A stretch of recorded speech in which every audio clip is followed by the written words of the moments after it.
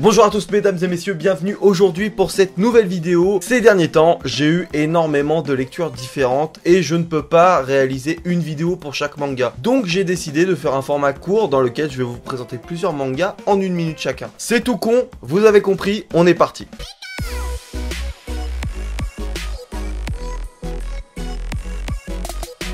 Le premier manga de cette liste est The Rising of the Shield Hero. Oui bon, l'accent on évite un peu quand même.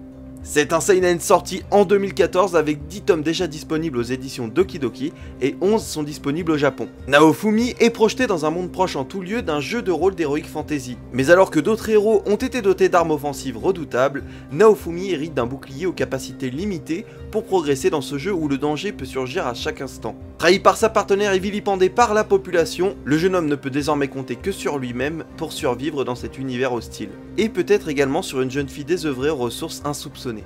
Je vous en avais déjà parlé dans une vidéo précédente, mais encore une fois, The Rising of the Shield Hero est un véritable coup de cœur. Pour moi, l'histoire est prenante, les personnages sont attachants, et à chaque tome, je me régale et j'ai hâte de pouvoir lire la suite. Évidemment, je n'en dirai pas plus puisque je n'ai qu'une minute, mais si vous voulez connaître l'histoire avant la sortie en animé, eh bien n'hésitez pas à vous jeter sur le manga.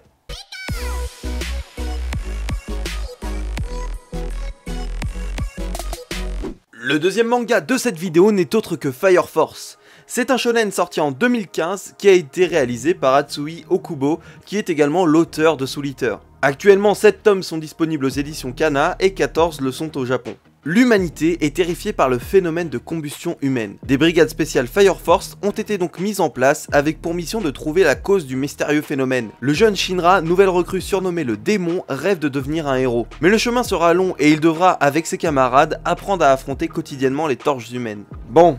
Pour faire rapide, je n'ai lu que les 4 premiers tomes de Fire Force, et jusqu'au tome 3, j'ai été carrément déçu en fait du manga. Pas vraiment de profondeur dans l'histoire, un shonen plus que bateau, ça m'emballait pas du tout. Et puis quand j'ai lu le tome 4, eh bien ça s'est montré plus rassurant en apportant un petit peu plus de matière à l'histoire et en la rendant plus agréable et intrigante, mais pour l'instant, à part si vous aimez les shonen naked classiques, je ne vous conseille absolument pas la série, du moins pour ce que j'en ai lu. Après comme je vous l'ai dit, le tome 4 s'améliorait, donc je me demande si la suite n'est pas mieux. Mais on est loin quand même de la qualité de Soul Eater.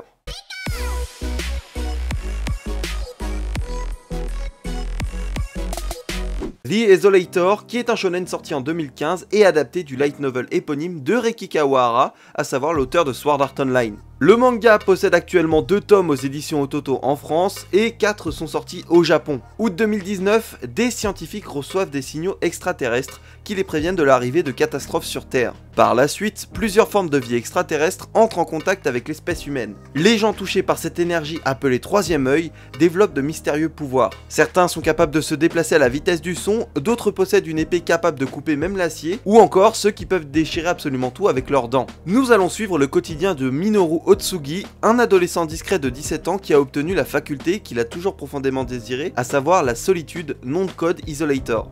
Nous suivrons également Yumiko, membre d'une organisation qui surveille ces nouveaux surhommes. Cependant, le pouvoir que confère la solitude absolue entraîne Minoru dans d'interminables combats. Bon, eh bien sachez que ce résumé vous en apprend plus sur l'histoire que tout ce que j'ai pu lire au cours du tome 1. Donc au final, c'est peut-être sympa, mais à la fin du tome 1, je me suis dit personnellement, Osef. Oui, en fait, le problème c'est que je peux pas vraiment rentrer dans les détails, c'est que vraiment le tome 1 est vide, enfin il n'y a pas grand chose, c'est vraiment là, c'est une introduction à l'introduction de l'histoire. Donc si vous voulez vraiment vous intéresser au manga, je vous invite soit à lire le light novel qui est peut-être disponible, sinon lisez les 2 premiers tomes, mais pour l'instant, seul le tome 1, ça suffit pas.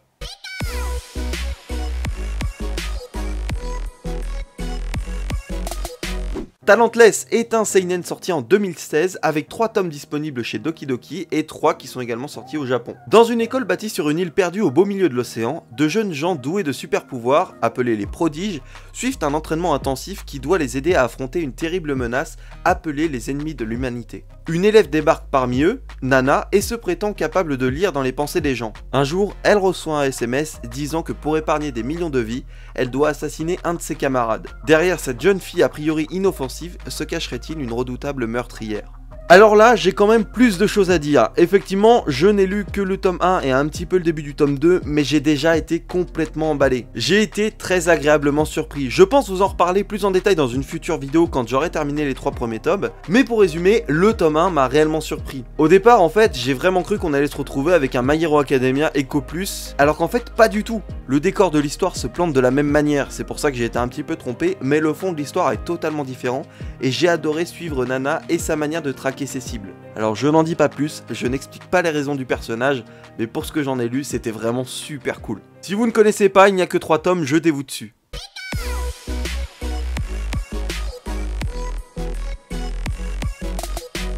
Et enfin, le dernier manga de cette vidéo est un seinen sorti en 2012 aux éditions Kana et il se prénomme Levius. C'est une série qui est terminée en 3 tomes. Au 19e siècle de la Nouvelle Ère, après une guerre dévastatrice qui a tué son père et plongé sa mère dans le coma, le jeune Levius Cromwell vit avec son oncle Zack. Dans la capitale, un nouvel art martial fait fureur, la boxe mécanique. Elle met en scène des lutteurs équipés de membres mécaniques qui s'affrontent violemment dans une arène. Et dans ce sport, Levius va y révéler d'étonnantes prédispositions. S'annonce alors un combat au sommet qui pourrait bien avoir des répercussions sur l'avenir de la civilisation.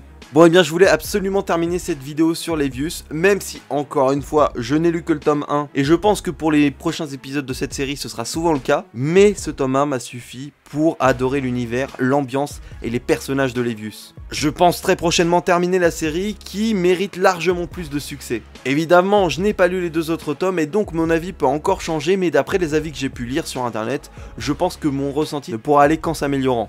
Enfin, comme je vous le disais, l'univers, les dessins, l'ambiance, les personnages qui sont présents dedans, l'histoire, tout était vraiment kiffant dans le premier tome de Levius et donc je vous conseille sincèrement de découvrir la série.